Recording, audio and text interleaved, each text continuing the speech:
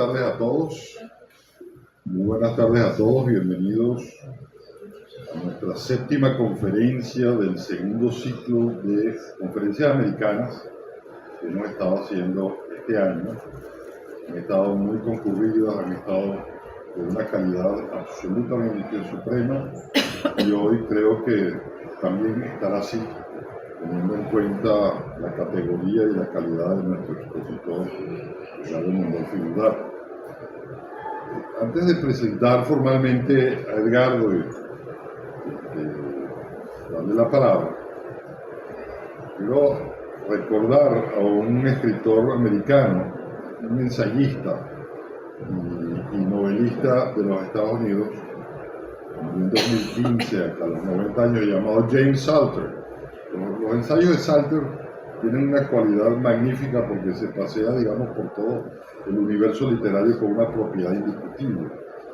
Y uno de los cuentos que relata Salter en sus ensayos fue que una vez estaba reunido con un grupo de amigos, escritores, y quedaron en hacer una reunión especial en la cual iban a hablar de cuál sería la mejor novela de los Estados Unidos.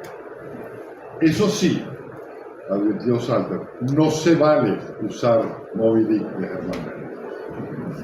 En alguna oportunidad, en un foro que hubo aquí, un escritor colombiano de cuyo nombre no quiero acordarme, él y yo tuvimos una pequeña discusión después de su presentación, y él me preguntó a mí que cuál era la mejor y la más grande novela venezolana, y yo le contesté, es decir, con la sala llena, que ojalá eso nunca ocurriera, que nunca existiera una gran novela o una novela referencial venezolana, porque sencillamente el universo literario estaba lleno de cosas magníficas, cosas buenas, cosas bonitas, cosas desde luego deleznables.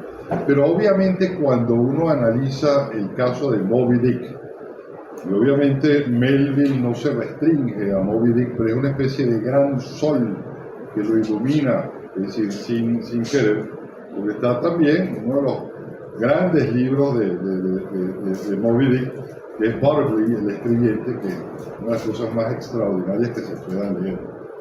Pero lo cierto es que hay novelas de novelas, y Moby Dick definitivamente está en el universo estelar de las grandes novelas. Harold Bloom la considera entre las lecturas canónicas de los Estados Unidos, y creo que es una novela que además tiene muchísimas interpretaciones.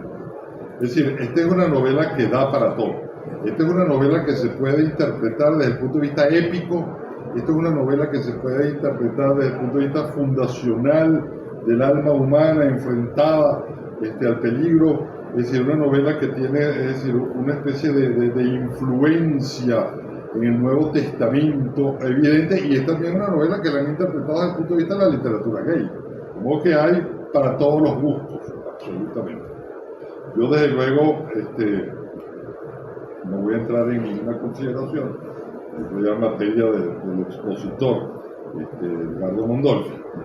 Yo siempre invito a los lectores a leer Moby Dick, porque no es una lectura fácil, es probablemente una lectura que coincide con eso que también Harold Bloom ha dicho respecto a las grandes obras literarias como una angustia conquistada. Si no quieren leer Moby Dick, bueno, pueden ver la película de 1956 de John Huston, que es una gran película, protagonizada nada menos que por Gregory Peck, dirigida por John Huston, y cuyo guión lo escribieron nada menos y nada más que Ray Bradbury y John Huston, y que además tiene la actuación indiscutible, maravillosa, es decir, en la primera parte de la película de Orson Welles. Bueno, presentemos a nuestro conferencista de hoy. A mí siempre me ha caído mal la frase en toda conferencia y todo foro, cuando la gente dice, no, es que fulano de tal no necesita presentación. ¿Cómo que no necesita presentación? Claro que necesita presentación, porque hay que precisamente exacerbar las cosas buenas que hacen las personas que nosotros invitamos acá.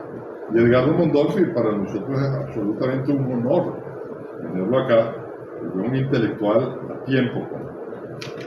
Y es muy difícil en este país descompuesto y desvencijado tener gente que pueda ejercer lo intelectual a tiempo completo. Edgardo, es decir, es licenciado en letras, es doctor en historia, es profesor, ha sido profesor durante muchísimos años, es un autor prolijo, es decir, que no solo ha culebreado dentro de la historia, sino también, es decir, dentro de la literatura, y por eso es que, es decir, lo invitamos a estas cosas, porque confiarle a Edgardo una exposición sobre Melville es absolutamente satisfactorio, y sabemos que lo va a hacer también como si enfrentara, no sé, una exposición sobre López Contreras, que por cierto su último libro se llama La encrucijada peligrosa, y es precisamente sobre el tiempo de López Contreras y Medina, cuya lectura es más que recomendable, y les pido a ustedes que puedan hacerlo a la brevedad posible. Bueno, yo voy a dejar en el uso de la palabra a Edgardo Mondorfi y les doy las gracias a todos ustedes por haber venido esta tarde.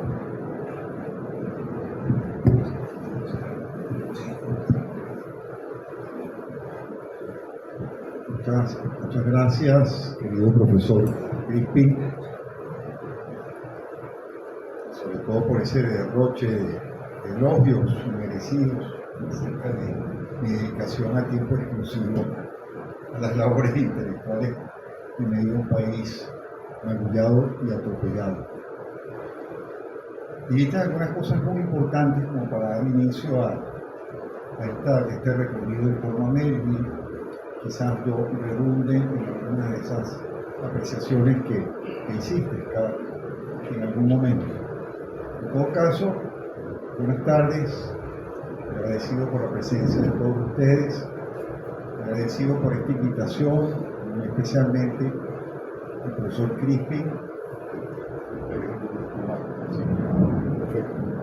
Esta invitación al segundo ciclo de escritores norteamericanos. Si bien durante el primer ciclo, en el cual tuve también el honor de participar, me incliné más bien por el siglo XX y por abordar a uno de mis santos patronos de la literatura norteamericana del siglo XX, como es John Steinbeck, esta vez decidí decantarme más bien por el siglo XIX estadounidense y dedicarme a compartir con ustedes un rato en torno a otro de mis dioses tutelares, que es Herman Melville. Obviamente no me voy a explanar en la biografía de Melville, porque tales datos biográficos son fáciles de obtener en cualquier enciclopedia, diccionario enciclopédico, incluso libremente a través del internet. Pero debo comenzar de antemano con unas breves advertencias o algunas cosas que de entrada expliquen que Melville haya terminado convirtiéndose en plena mitad del siglo XIX estadounidense en un escritor marinero o en un marinero escritor. Sea como fuere, Melville representa definitivamente lo más emblemático de la literatura norteamericana del siglo XIX, al punto de vérsele equiparado en cualquier antología con Edgar Allan Poe, con Mark Twain, con Ralph Waldo Emerson, con Walt Whitman, o equiparable incluso a Nathaniel Hawthorne. Por cierto que Hawthorne fue, además de estricto contemporáneo suyo, un autor muy cercano en lo personal a Melville, y quien influyó además profundamente en la composición de su obra capital, Moby Dick, y a quien además Melville le dedicara la novela. Además, la calidad de los intercambios que mantuvieron Melville y Hawthorne lo atestigua la correspondencia cruzada entre los dos y que aún se conserva. En todo caso, estamos hablando de una vida, la de Melville, que discurre en plena mitad del siglo XIX estadounidense y por tanto de esa mitad del siglo XIX en la cual Melville va a atestiguar de cerca la tragedia de la guerra civil y los inicios del empuje industrialista estadounidense que como dinámica había de transformar el paisaje geográfico y humano de esa sociedad a partir de entonces. Esto obviamente va a tener relación directa con un aspecto de movilismo, que es el caso de una industria y de una rama de comercio muy particular, como habría de serlo el de la industria ballenera. Sobre esto precisamente haré algunas puntualizaciones más adelante. Algo importante que también quisiera destacar de entrada es que lo que hace curioso a Melville como escritor marinero, como marinero escritor, es que su procedencia geográfica fuera de muy tierra adentro, de Albany, Nueva York, donde no existe un solo atisbo de costa a la redonda. Una serie de circunstancias que lucen bastante bien explicadas en cualquiera de esas fuentes biográficas, especialmente en la biografía canónica de Melville, escrita por Leon Howard en 1951, terminan por aclarar o dar a entender la razón por la cual Melville derivó hacia una vida náutica. Basta con decir que como resultado de una bancarrota familiar, Melville comenzó a ganarse la vida como empleado de banco, empleado bancario, para acabar convirtiéndose en simple grumete. Así empezó, como quiso definirlo Jorge Luis Borges, su larga amistad con el mar. El propio Melville se jactaría de decir que tanto Yale como Harvard habían sido para él un barco ballenero. Pero así como Walt Whitman, por ejemplo, fue siempre un sedentario incorregible, Melville, así fuera por razones atadas a su adversa biografía, terminó convirtiéndose en cambio en un alma errante. Entre otras desmesuras de su vida, cabría apuntar que luego de desertar de una nave ballenera que navegaba por el Pacífico en 1841, justo el mismo año en que aquí en Venezuela José Antonio Páez felicitaba a los venezolanos por el establecimiento del crédito exterior, gracias al arreglo de la deuda con los tenedores de bonos británicos, Melville fue capturado por caníbales y convivió algún tiempo con ellos en las Islas Marquesas. En todo caso, no se lo devoraron. Pero luego de concluir sus experiencias marineras, Melville pretendió transformarse en un profesional de la escritura, es decir, no en un simple escritor ocasional de crónicas viajeras.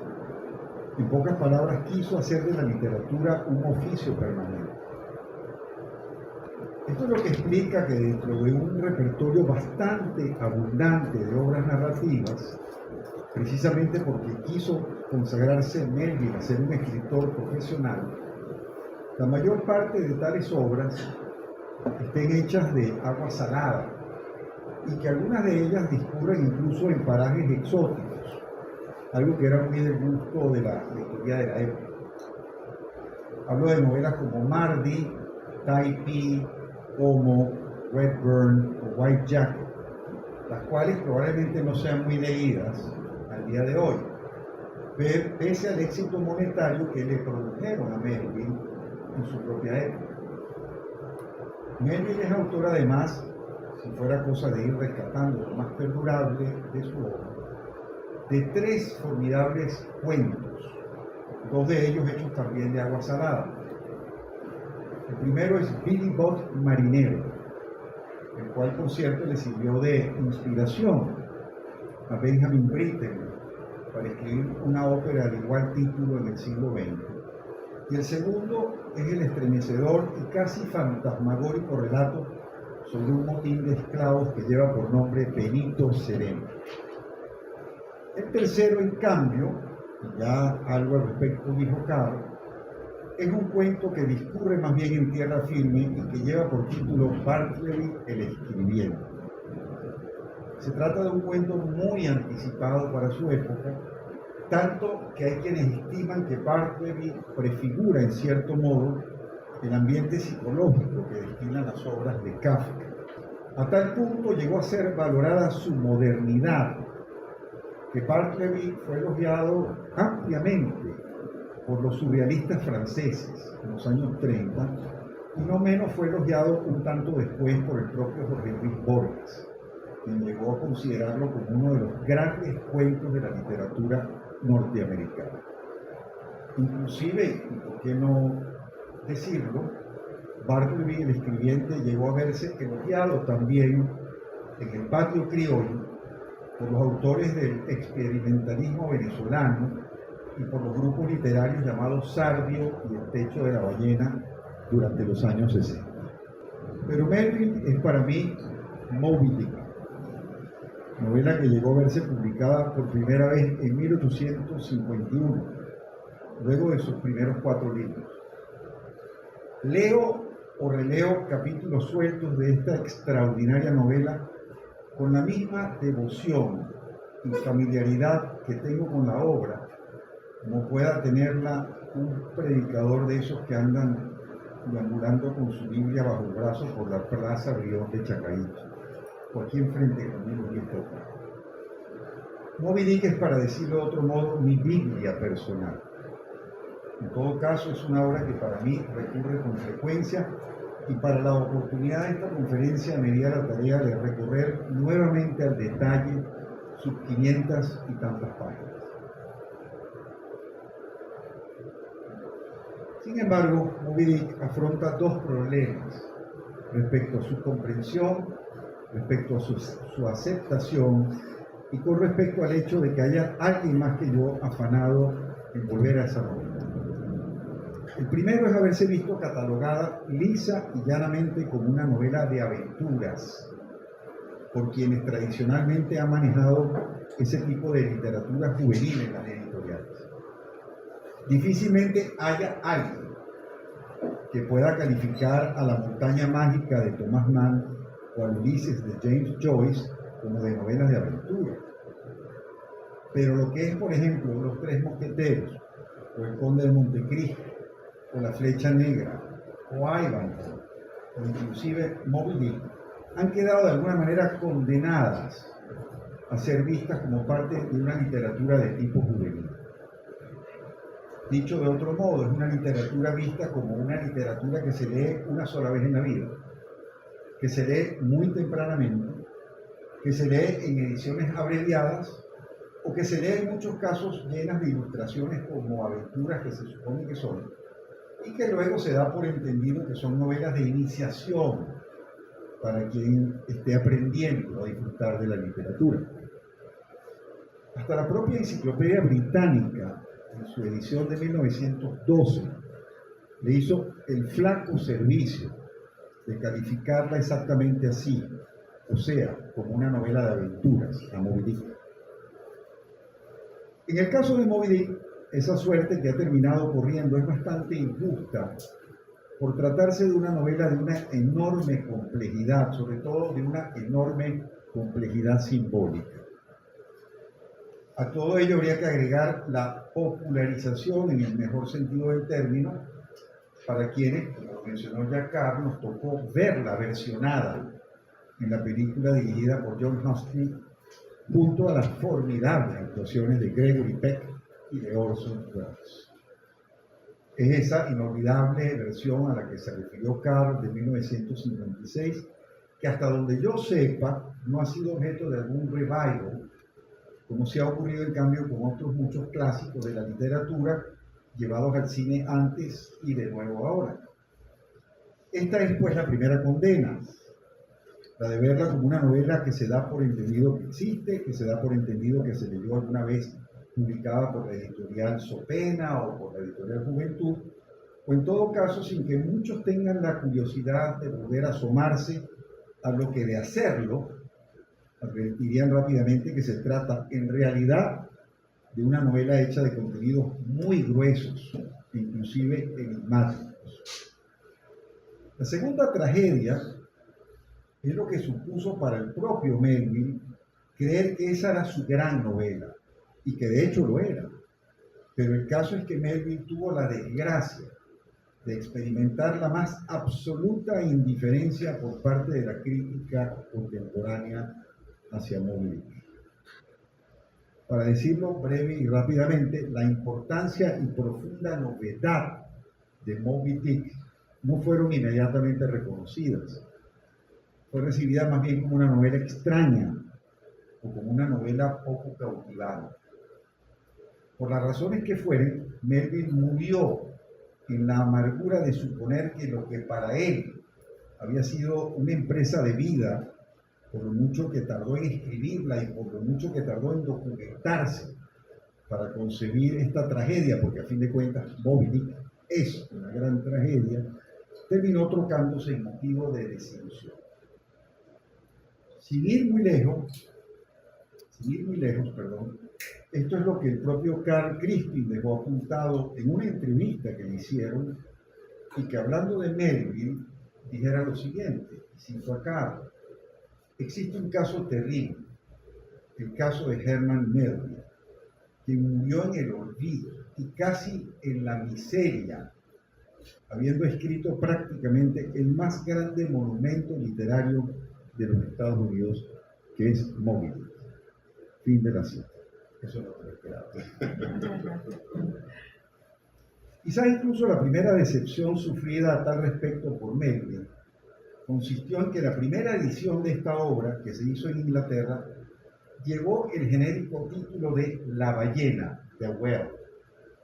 Así se tituló la novela en su primera versión, lo cual no generó absolutamente ninguna curiosidad.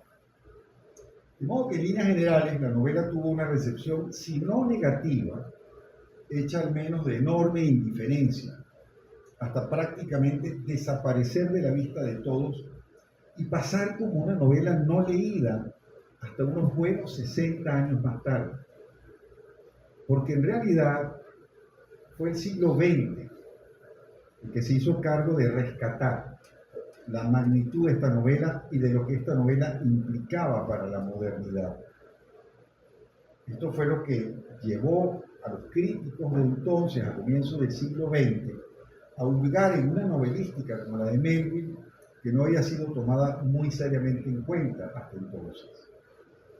Para decirlo de otro modo, esas cualidades muy particulares de Moby Dick, en términos de discontinuidades narrativas y de experimentalismo bastante antitradicional a la hora de narrar, llevó a que tales peculiaridades se vieran revaloradas, hasta lograr que en torno a Moby Dick se fuera construyendo una nueva audiencia.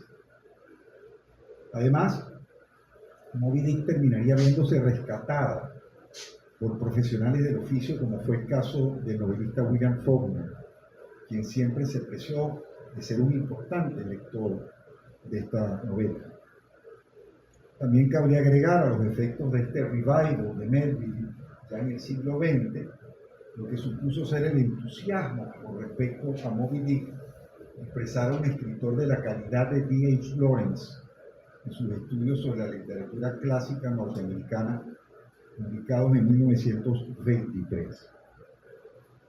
Insisto en que por más que Moby Dick terminara convirtiéndose en uno de los textos estándares o clásicos de la educación media norteamericana, algo que seguramente le habría causado asombro al propio Melville, o aún más, que se convirtiera, como he dicho, en una literatura que se supone concebida solamente para jóvenes lectores, fue solo, en realidad, a partir del siglo XX, donde Moby Dick se vio definitivamente incorporado al canon literario estadounidense.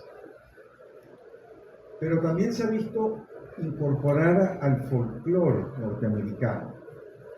Lo digo en el sentido de que puede ser que incluso haya gente que sin nunca, jamás haberle puesto la mano encima a una edición de Moby Dick, algo sabe acerca de esta historia del capitán Ahab y de su maníaca persecución de una gran ballena blanca como metáfora de lo que significa la búsqueda obsesiva de un fin irracional.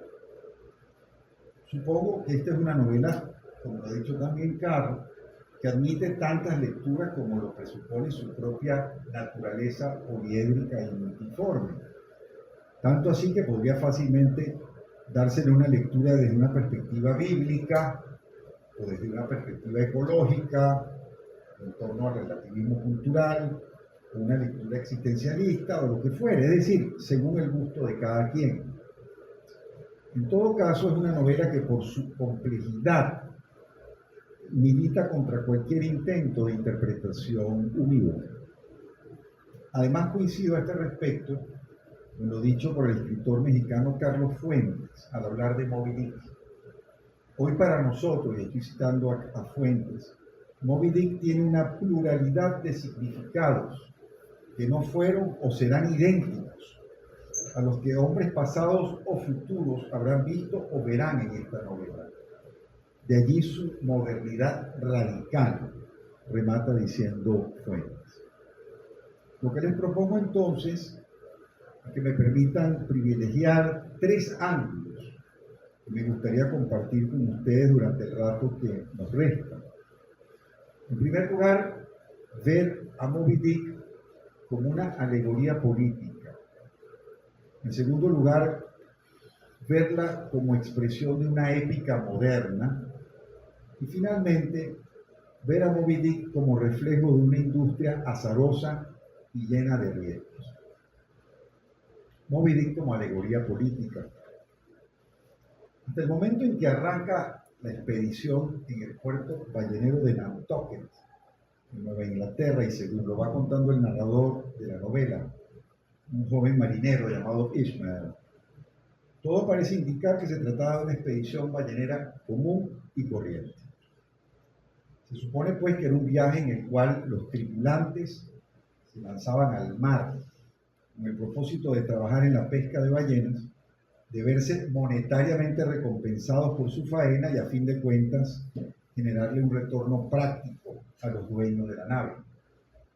Con tal fin, se llevan a bordo los aparejos, se llevan a bordo los arpones, se llevan a bordo los víveres para muchos meses en alta mar, todo ello bajo el riguroso control contable de los capitanes de esa industria en Nantucket, a los cuales el narrador Ishmael caracteriza como empresarios movidos por un hondo puritanismo, todos ellos ex balleneros, todos ellos curtidos en el oficio, todos ellos pendientes de que no ocurra el menor desperdicio a bordo de lo que se lleva, y a fin de cuentas todos ellos atentos a que no se malbarate un solo penique en nombre de ese sentido muy cuáquero de la vida. Voy a citar solo un pequeño extracto de la novela para que se entienda mejor lo que estoy diciendo. Quien habla en este caso es uno de los armadores, dueños de la nave, que se dirige a los marineros, diciéndoles lo siguiente antes de zarpar. Sí, no desfonden los barcos, no desfonden los botes inútilmente, arponeros. Sean prudentes en la caza, marineros. Las tablas de cedro han aumentado un buen 30% este año. No pesquen demasiadas ballenas un día domingo, pero no vayan a despreciar una buena utilidad tampoco, pues eso sería despreciar los dones del cielo. Y si tocan en las islas, tengan cuidado de no fornicar. Fin de la cita. Esta es justamente la visión cuáquera, puritana, que el narrador nos invita a tener en cuenta cuando se da la partida de la nave. Hablamos pues de una expedición que dentro de la economía ballenera, y es importante subrayarlo, se movía como una empresa accionaria a nivel de muchas de esas comunidades del litoral de Nueva Inglaterra. Para decirlo en otras palabras, se trataba de aparejar una nave, y así lo va describiendo el narrador, sobre la base de las contribuciones que desde viudas de marineros hasta viejos capitanes habían hecho destinando para ello parte de sus ahorros de toda una vida y por tanto esperando un pingüe y promisor retorno de parte de ese rentable negocio cuya suerte estaba ligada a que esas expediciones regresaran cargadas del preciado aceite de ballena. Hasta ese punto, insisto, se trataba de una expedición sin sobresaltos y que debía arrancar con la mayor normalidad, con todos esos minuciosos detalles, además de muy seductores, que acabo de mencionar, de cómo iba armándose la nave y de cómo iba enrolándose la tripulación. La única excepción sería que el viaje comenzara de pronto a cargarse de premoniciones. Tales presentimientos empiezan a registrarse en el propio puerto, según lo da a entender el narrador Ismael. Es decir, este joven a quien ya he mencionado y quien realmente no ofrece jamás la más mínima descripción de sí mismo, sino que actúa como la voz que va llevando la historia hasta el punto de la tragedia final. El caso es que tales presentimientos o malos augurios, que de algún modo van preparando el clima de la intriga, recuerdan a su manera a las brujas del Macbeth de Shakespeare, o la aparición en algunas otras tragedias del propio Shakespeare de la figura de un oráculo, como en el caso de esa otra tragedia shakespeariana que es Julio César, y en la cual un viejo romano desaliñado intercepta a César en pleno camino para preanunciarle su asesinato, mientras César, va en camino al foro. En el caso que comento, el mal presentimiento viene dado, en cambio, por la presencia en el muelle de Nantucket de un viejo marinero, también desaliñado, que le pregunta a Ismael, que está a punto de embarcarse, si alguna vez había visto al capitán Ahab, que justamente tenía a su mando esa expedición. Ismael responde diciendo que apenas, vagamente, estaba al tanto de quién era el que estaba llamado a pilotear esa nave llamada el Pequod. Ese va a ser precisamente el gran núcleo de la tragedia, la presencia a bordo del Pequod del capitán Ahab. Ahab va a comandar el Pequod no con el propósito de honrar ese contrato de traer de vuelta la nave a puerto cargada de aceite, sino para librar una venganza personal en alta mar. El propósito de Ahab no es salir en procura de cualquier ballena para exprimirle el aceite, y ni siquiera en este caso salir en persecución del primer cachalote, llamado Spermaceti dentro de la clasificación zoológica cetácea, que era a fin de cuentas la especie más codiciada, porque tenía la capacidad de proveer aceite en cantidades inmensas, como no era capaz de hacerlo ninguna otra especie de ballena. Lo cierto es que en el caso de Ahab se trata de ir en contra de un cachalote en particular. Su caso es el de salir a librar una venganza contra un cachalote que podía estar navegando en cualquier confín del mundo, desde el mar de Japón hasta el estuario del Río de la Plata, desde el Cabo de Buena Esperanza hasta los terrenos donde solían acampar las ballenas en el Océano Pacífico. Ese afán de venganza que lleva a que el Pequod prácticamente le dé una vuelta completa al globo terráqueo en procura de cazar a esa ballena, contribuye de algún modo a acentuar la absurdidad de esta persecución. Para más, sería una ballena que tendría la particularidad de cargar con un nombre propio, Mossadegh para unos, Moby Dick para otros. De Moby Dick había sido víctima el capitán Ahab en una expedición anterior, durante la cual esta ballena lo había mutilado, privándolo horrorosamente de una pierna y habiéndole masticado medio cuerpo. Ahab hace de este misterio que no le anuncia al resto de la tripulación hasta verse bien más adentro, el objeto de una gigantesca y escalofriante obsesión monomaníaca.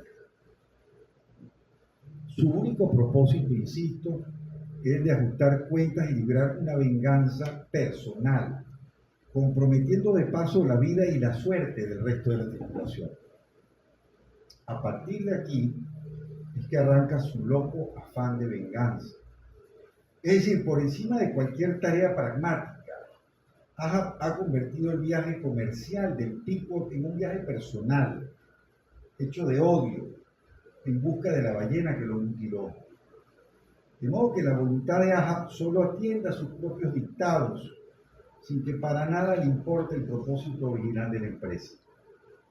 Se trataba además de ir al acecho de una ballena blanca, lo cual dentro de todo el aparataje simbólico que reviste la novela, eso de la blancura comporta una serie de resonancias, desde su carácter albino hasta lo que pudiera representar la blancura como un no color desde el punto de vista más abstracto y filosófico. Hablamos del poder inescrutable de la blancura, el solo hecho de que Moby Dick fuese una ballena blanca, hace que no sepamos si en términos cósmicos eso la convertía en un agente apocalíptico o en un agente divino. En todo caso, Ahab, sus deseos de venganza y la persecución insensata de esa ballena es lo que acaba convirtiéndose en el tema principal de la novela.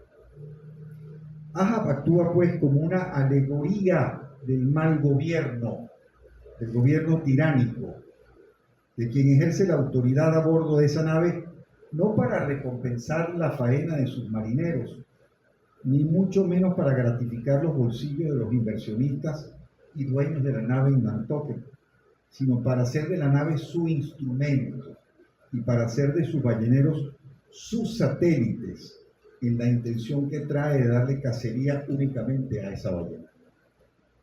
Obviamente, dentro de tal dinámica, Ahab, quien es un personaje enigmático, siniestro y dictatorial, comienza a hacer que la propia tripulación se subordine poco a poco a su designio monomaníaco. En tal sentido, para mí es justamente fascinante ver esta novela como una alegoría del mal gobierno, tema que fue muy del gusto de la literatura política desde los tiempos de los tratadistas medievales hasta los dramaturgos isabelinos, al estilo del propio Shakespeare. Esto es justamente lo que en materia de fuentes muy cercanas a Melville, como lector, hace que uno piense enseguida y muy shakespearianamente en el caso de una obra como El Rey Lear, como alegoría del mal gobierno, o también en Ricardo III, aun cuando esta pueda ser más bien una alegoría de la usurpación. Pero Ricardo III es también a su manera una alegoría del mal gobierno, puesto que de algún modo Ricardo III va a personificar el inicio del mal gobierno hasta darse su trágico final en la obra de Shakespeare.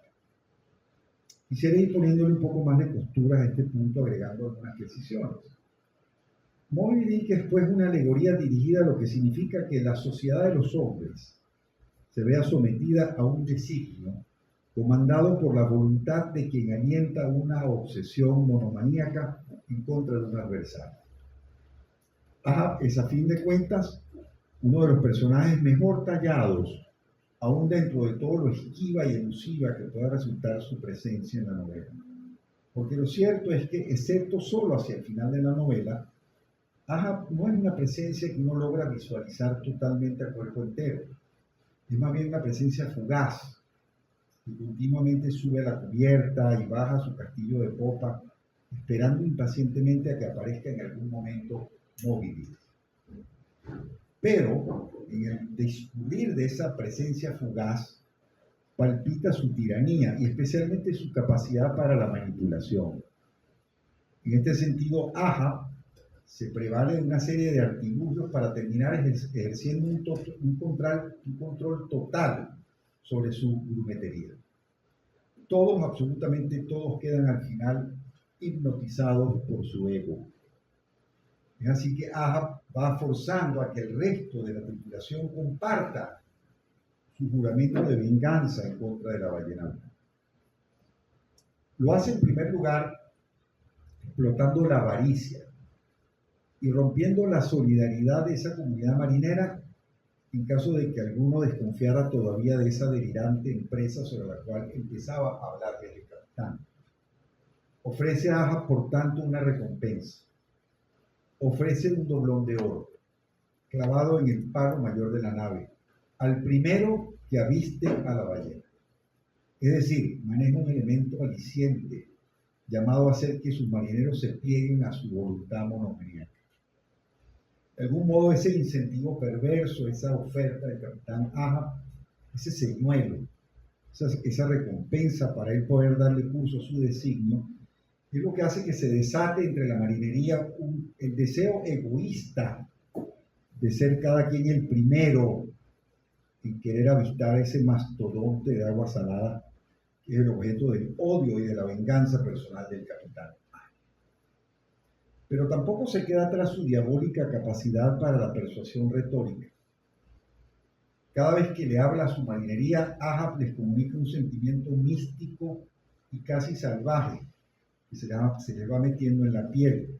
Es como si del fondo de cada cual de estos marineros saliera a relucir de pronto los sentimientos más atávicos y primitivos.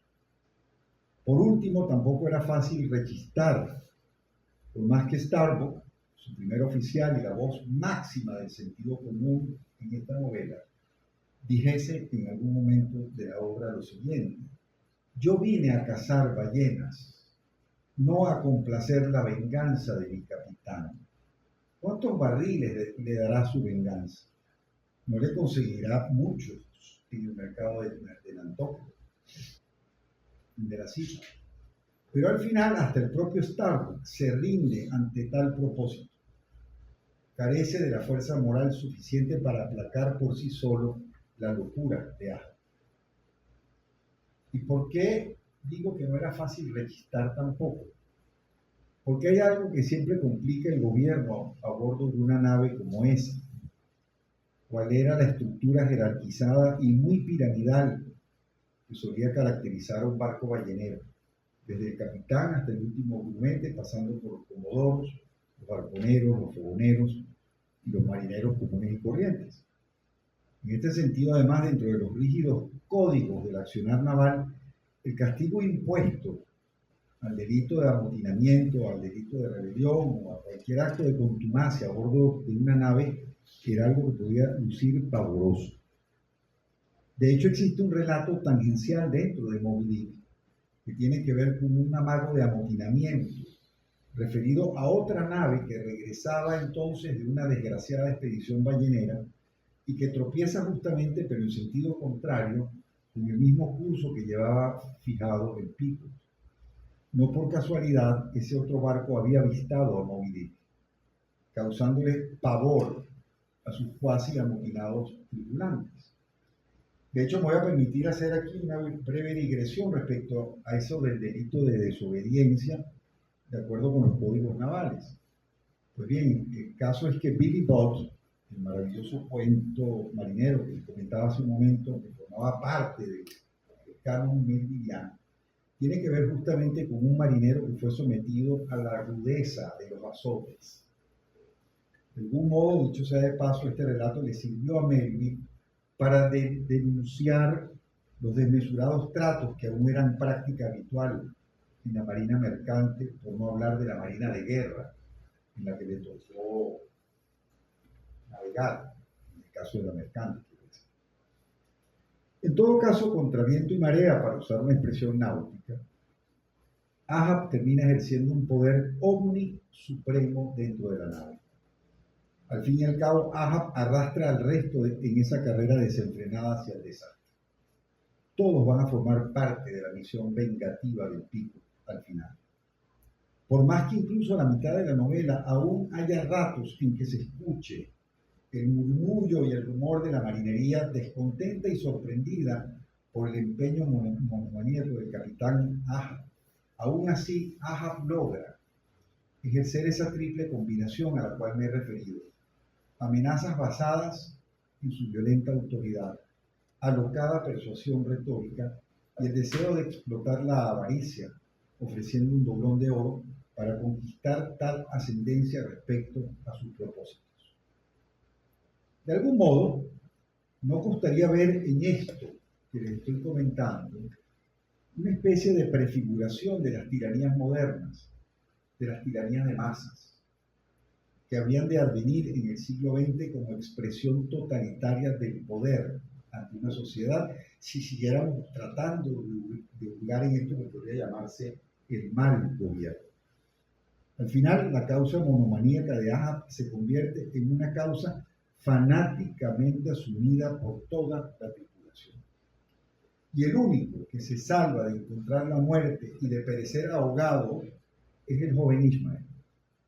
Lo hace para contar la historia de la irresistible dictadura de Ahab, luego de que Moby Dick destruyera en pedazos al Pico y arrastrara al propio Ahab consigo hacia la vida.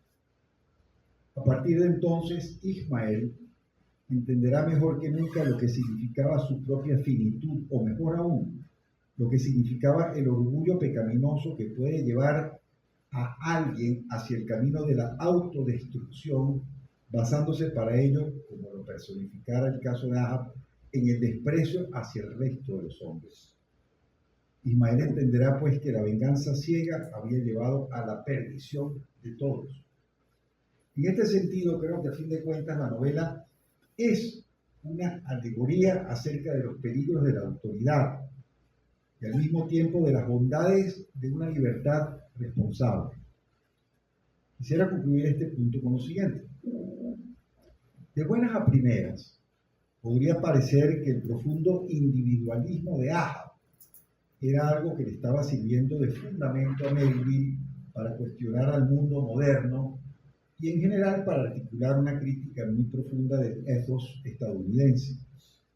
Pero visto de otro modo, creo que lo que justamente estaba haciendo Melville era defendiendo al ser estadounidense frente al archi-individualismo de Ahab. A ver si logro explicarlo un poco mejor. Melville no está cuestionando las energías individuales o individualistas.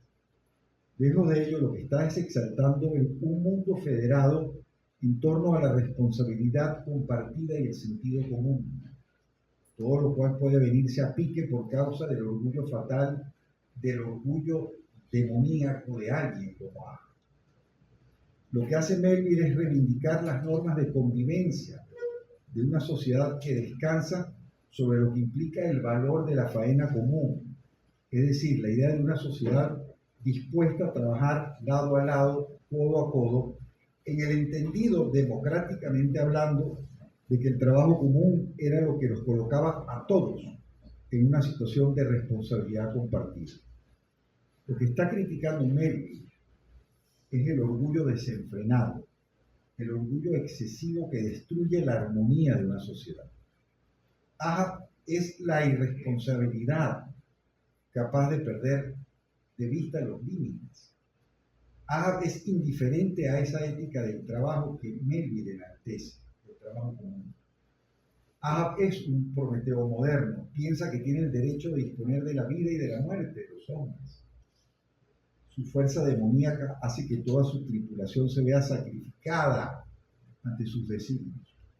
Lo suyo es la irresponsabilidad, capaz de retar a los dioses o por mejor decir, de ofender al dios puritano.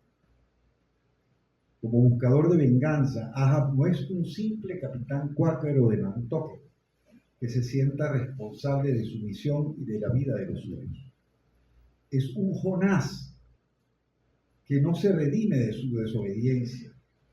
A diferencia de lo que enseña la parábola bíblica en el Antiguo Testamento, Ahab es un Jonás que simplemente desaparece para siempre dentro del vientre de la ballena. Pero en términos terrenales, insisto en subrayar que la actitud ilímite de Ahab frente al resto de la sociedad puede interpretarse como una traición al ethos estadounidense. Si Melville es la voz que habla a través de Ismael, lo suyo es a fin de cuentas la confesión de una creencia firme en torno a la dignidad del trabajo, pero también en torno a lo que para él mismo parecía ser la originalidad que caracterizara a la democracia estadounidense, lo cual me lleva de seguidas al próximo punto. Moby Dick como expresión de una épica moderna. Si un tema es pues ver a Moby Dick como alegoría del mal gobierno, otro tema fascinante para mí es ver a esta novela como expresión de una épica moderna. Voy a tratar de explicarme en ese sentido en relación a lo que significaba la propia musculatura que iba adquiriendo los Estados Unidos como sociedad en expansión y hecha sobre la base de la absorción de enormes levas de inmigrantes. Moby Dick puede generarle a uno, como lector, resonancias casi homéricas, sobre todo al tener al inmenso mar como gran protagonista, pero también podría tener resonancias shakespearianas, al juzgar, como lo he dicho, por la catadura de su personaje principal, que es el Capitán Ahab. Pero sin la menor duda, Moby Dick tiene también un componente épico de resonancias medievales, aunque se trate más bien de una épica en prosa, de una épica moderna y en suma de una épica democrática. Voy a tratar de explicarme. De buenas a primeras, ese mundo marinero se ve conformado por quienes por el oficio que ejercen, lucen como unos caballeros andantes, dispuestos a quebrar lanzas y desmontar al enemigo de su caballo. Pero en realidad son arponeros, extraídos de lo más común de la sociedad estadounidense y quienes a la vez cargan consigo una especie de escuderos que los asisten en la faena de asediar y exterminar ballenas en alta mar. Entonces, de algún modo puede verse allí, en esa épica de resonancias medievales que es también Moby Dick, la presencia de lo que podría interpretarse como la configuración en términos societales de esa gran gesta estadounidense de la pujanza industrial, que tendría su correlato justamente a mediados de ese mismo siglo XIX en el empuje territorial hacia el oeste, protagonizado por figuras casi míticas como David Crockett. De modo que colonos en tierra firme y marineros yanquis en alta mar serán de algún modo expresión de esa misma visión económica, de esa misma pujanza.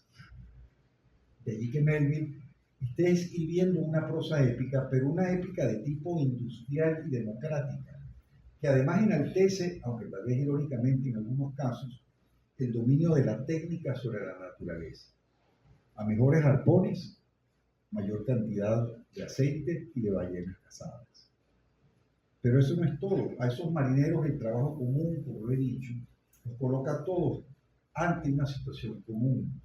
Es una industria de a bordo y quienes conforman esa industria están integrados en la novela por la más variada inmigración. Allí en Moby Dick hay balleneros y marineros de origen chileno, español, holandés, portugués, irlandés, e incluso indios americanos y hasta arponeros tahitianos. Me parece que Moby Dick, en ese sentido, es una especie de temprana expresión del melting pot llevado a la literatura. Y tal tema social es pues un motivo guía para entender las implicaciones democráticas que tiene esta obra. Moby Dick como reflejo de una industria. Por más curioso que suene decirlo, pero guardando estricta relación con su heterogeneidad como novela, Moby Dick tiene lo que podría llamarse un centro cetológico, en el sentido de que son innumerables los capítulos en los cuales el narrador, Ishmael, va describiendo minuciosamente los hábitos de las ballenas, la forma como respiran o la forma como se alimentan. Dicho sea de paso, probablemente se trate de los capítulos que el lector pueda con más frecuencia verse tentado a esquivar de todas las 500 y tantas páginas de Moby Dick. Pero hablando de manera estricta, esas interpolaciones sobre las ballenas y la vida de los balleneros guardan relación directa con algo acerca de lo cual quisiera hablarles como último tema. Me refiero a lo que, como aporte a la novela, llegase a significar el aceite de la ballena como un commodity importante en el contexto de la economía estadounidense en tiempos melvilianos. Porque a fin de cuentas otro tema importante en esta novela es justamente la economía ballenera.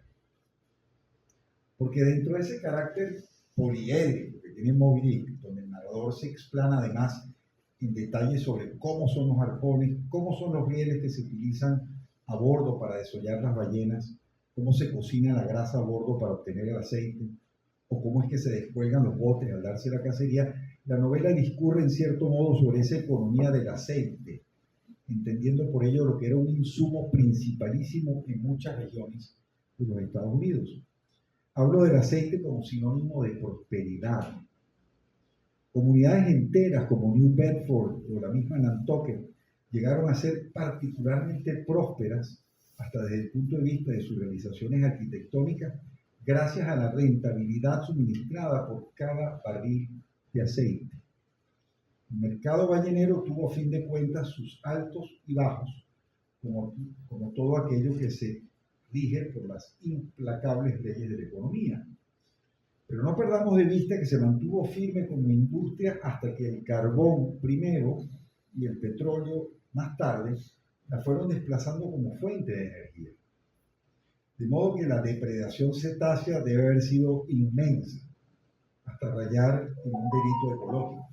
Al menos entre 1815 y 1860, y tengamos en cuenta que Melville nació en 1819, la industria ballenera describió su mejor época, algo que coincidió con el aumento del tonelaje de las naves y por supuesto con un mejoramiento en las técnicas y pericias propias de la cacería y con la mayor longitud de los viajes también. En esto de la economía ballenera me voy a permitir intercalar una breve referencia venezolana que es bastante próxima a los tiempos del propio Melville. Hablo de lo que en medio de esa emulación a la prosperidad estadounidense y a las nuevas industrias del norte, significó que el periodista Pedro José Rojas, actuando como consejero de José Antonio Páez, invitara a que esos pujantes capitales se vieran invertidos en la pesca de ballenas en las costas venezolanas. Así al menos figura expresado en un artículo suyo publicado en el diario El Manzanares de Cumaná en 1843. Pero aparte de referirnos de este modo a un precursor del combustible fósil como lo era la esperma de la ballena, hablamos también de lo que significaba la complejidad y lo afanoso que resultaba ser semejante empresa, aparte de los riesgos y peligros personales que entrañaba para la propia marinería. Esto incluía la posibilidad de que los retornos económicos no fueran tales, dependiendo de las temporadas, dependiendo de las manadas o dependiendo de las condiciones de cada navegación. Sea como fuere, podían ser retornos muy magros o por el contrario muy promisorios. De modo que se trataba en realidad de una empresa comercial verdaderamente azarosa. Y esto me permite hablar justamente de una de las fuentes documentales más importantes o notables que tuvo la novela en el sentido de lo que sería ver a Moby Dick, para llamarlo de la forma en que lo hiciera el novelista argentino Tomás Eloy Martínez, como una ficción verdadera.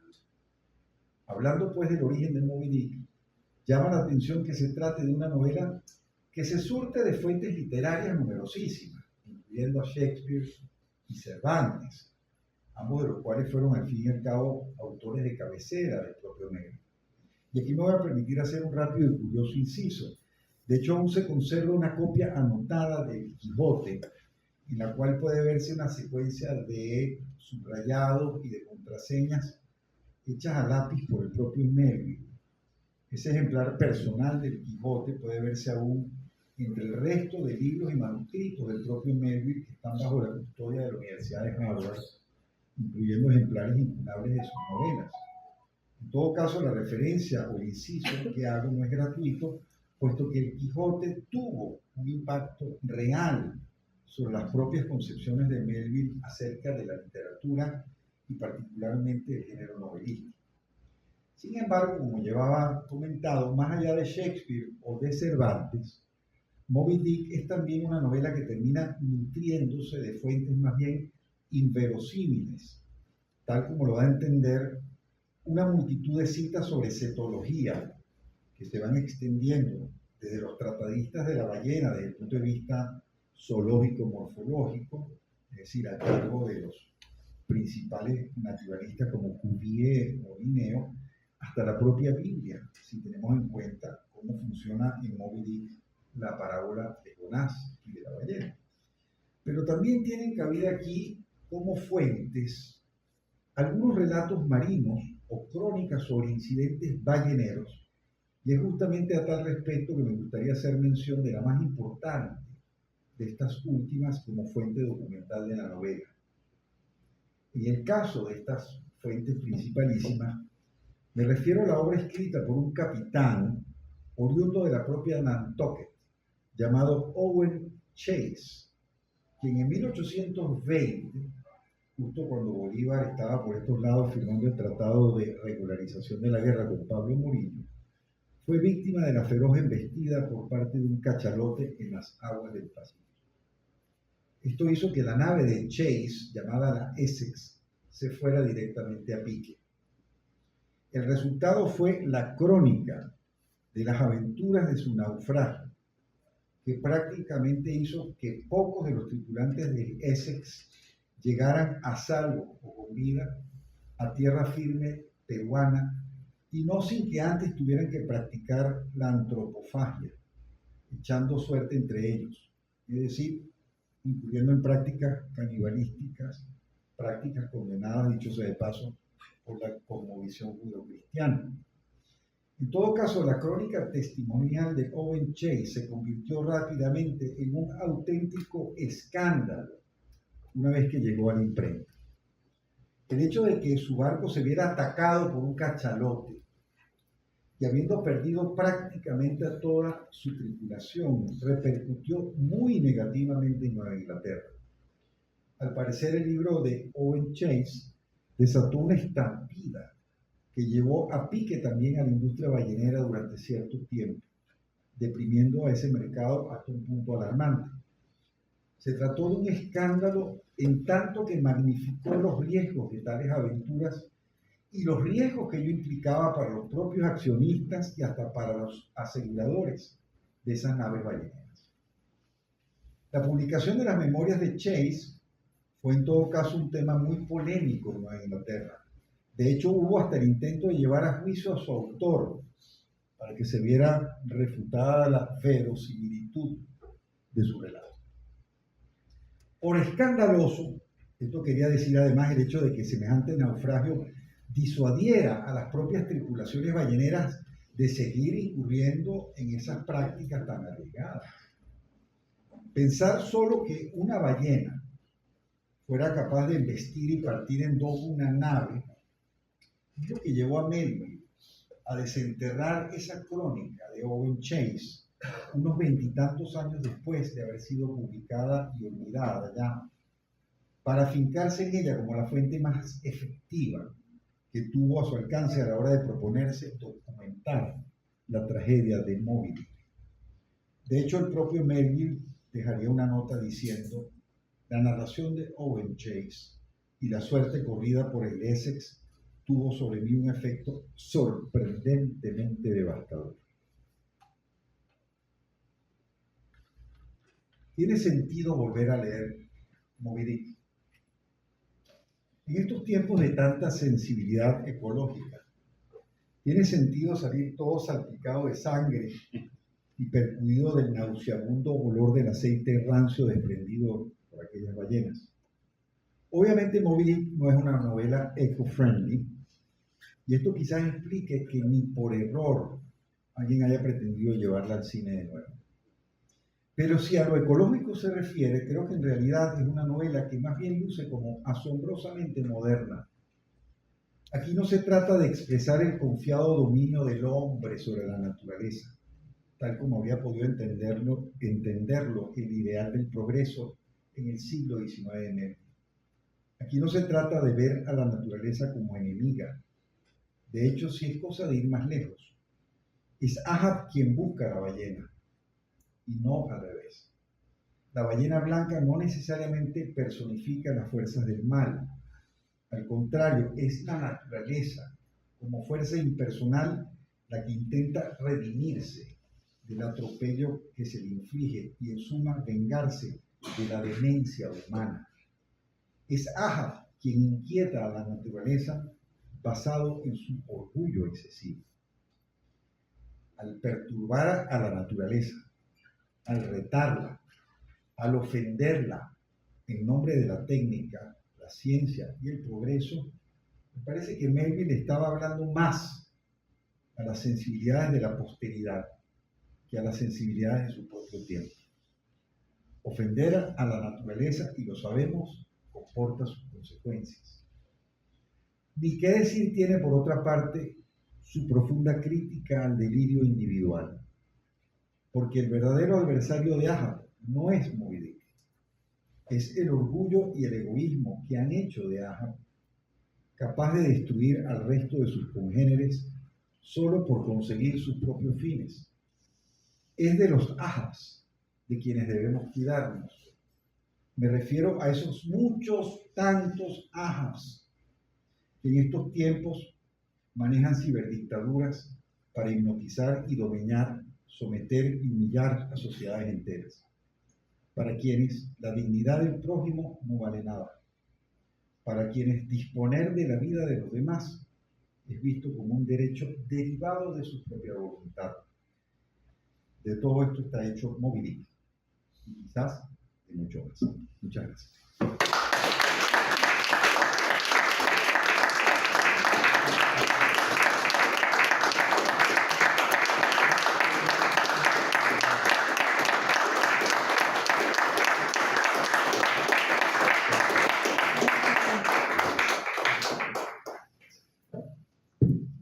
Bueno, la verdad es que esto ha estado extraordinario, maravilloso, completísimo. Es decir, desde el naufragio del Essex hasta comparar al capitán Ahab con Jonás. Es un poco lo que advierte, es decir, en esta especie de misa, es decir, preliminar en Nantucket, el padre Mapplethorpe, que representa justamente Orson Welles en la película.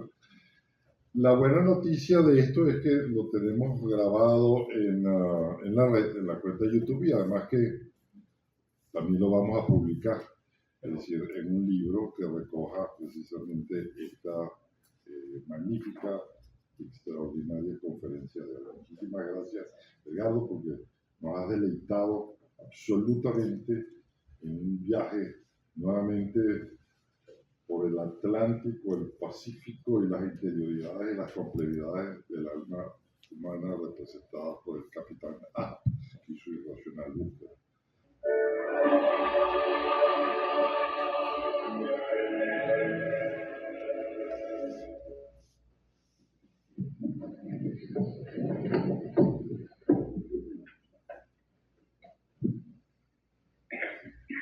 And God prepared a great fish to swallow up Jonah.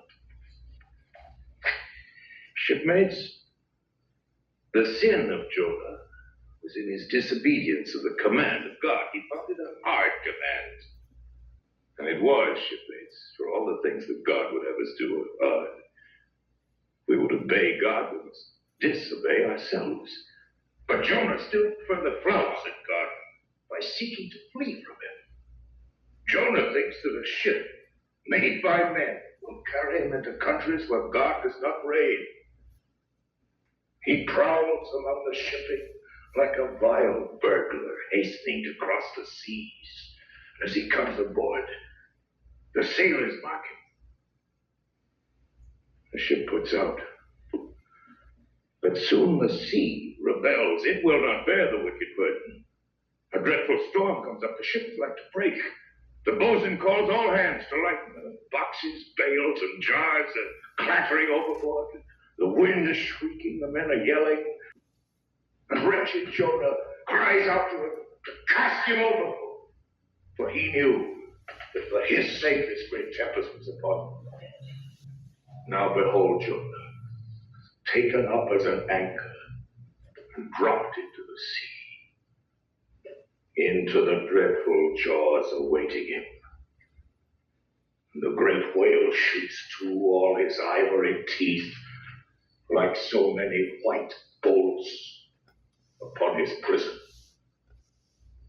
And Jonah cries unto the Lord out of the fish's belly. But observe his prayer, shipmates. He doesn't weep a wail.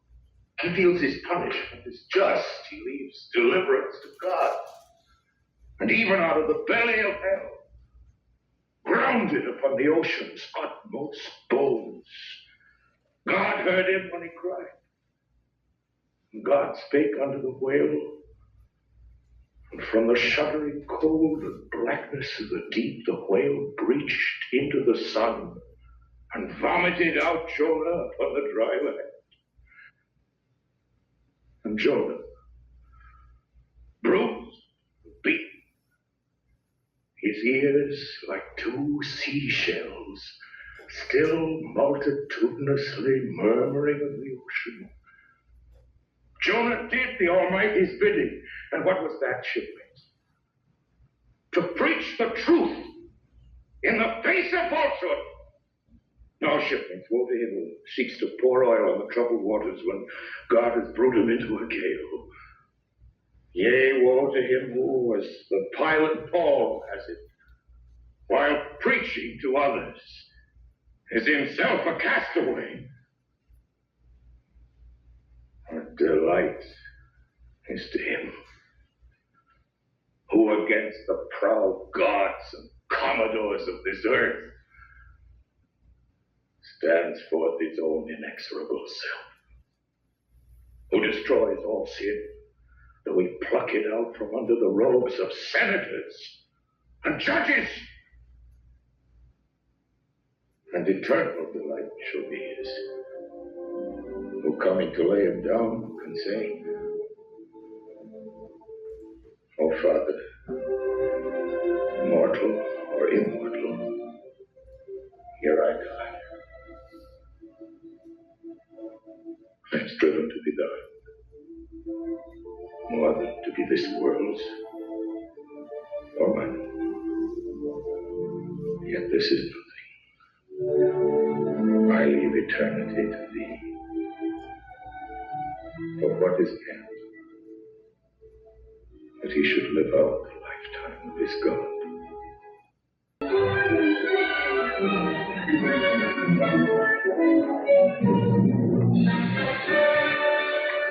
Avast there. You're going aboard, your mate. Have you signed it to the Pequod, I say? Was there anything down fighting away your souls? What? Perhaps you haven't got any. Have you met old Ahab, Edwin, have you? What are you jabbering about, shipmate? Did they tell you how his mother birthed him, turned from him, gave his evil name, and died? Did they tell you how God's lightning struck down and branded him? Did they tell you how he spat the holy goblet in the church of Valparaiso? And did they tell you what happened his last voyage? I know all about him being crippled by a whale. All about it, eh? You sure you do? Sure. They tell you how the whale marked him inside as well as out. They tell you the mischief was worked on his soul. And no, I don't think they did. How could they? Who knows? Not many, I guess. Ah, you can't fool us. It's the easiest thing in the world for a man to look like he's got a great secret in him. I have, lad, I have. But see, one day, you'll smell land where there be no land. And on that day, Ahab will go to his grave, but he'll rise again within the hour. He will rise and beckon. Then all save one shall follow. Morning. May the heavens bless you. Hey, you. What's your name? Elijah. My name is Elijah.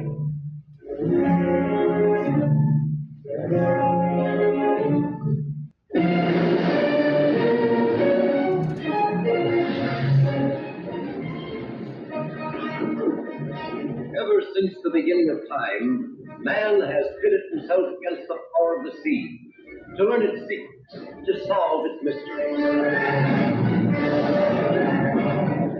Many stories have been told of ships and the men who sailed, of sea beasts and the men who hunt.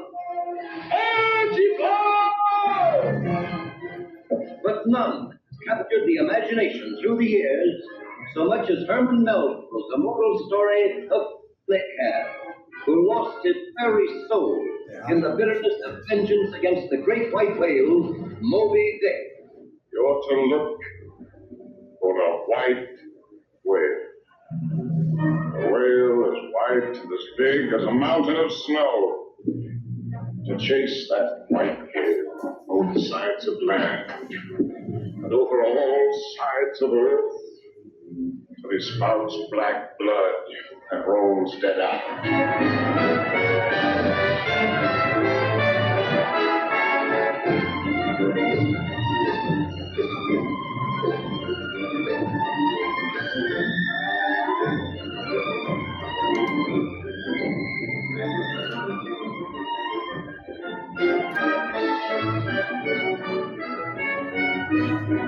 Today, think what they're doing. I bet they think.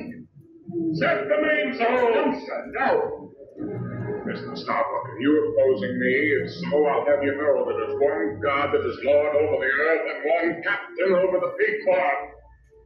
A whale can stave in the ribs of the biggest ships, swallow whole crews, pick its teeth with the oars. Mind, lad, if God ever wanted to be a fish, he'd be a whale. Believe that, he'd be a whale. Oh, did you see him, man?